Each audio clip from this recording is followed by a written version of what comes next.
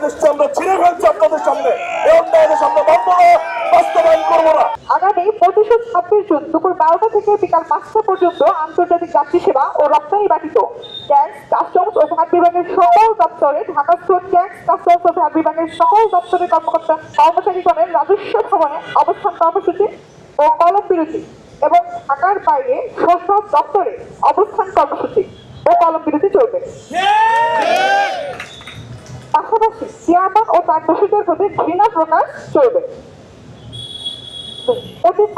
আওয়ামী লীগ সরকারের এজেন্ডা বাস্তবায়নকারী 44 আমলার যার 6 জনকে ইতিমধ্যে বাধ্যতামূলক অবসর প্রদান করা হয়েছে, তালিকায় 3 নম্বরে থাকা এবং দেশ ও রাজস্ব ব্যবস্থাকে অস্থিতিশীল করার অপচেষ্টায় লিপ্ত এনবিআরের বর্তমান চেয়ারম্যানকে আগামী 27 জুন 2025 খ্রিস্টাব্দ তারিখের মধ্যে অপসারণ না করা হলে আগামী 28 জুন 2025 খ্রিস্টাব্দ তারিখ থেকে কর, কাস্টমস ও ভ্যাট বিভাগের সকল দপ্তরে লাগাতার কমপ্লিট শাটডাউন চলবে। তবে আন্তর্জাতিক যাত্রী সেবা এই কমপ্লিট শাটডাউনের আওতা বহির্ভূত থাকবে।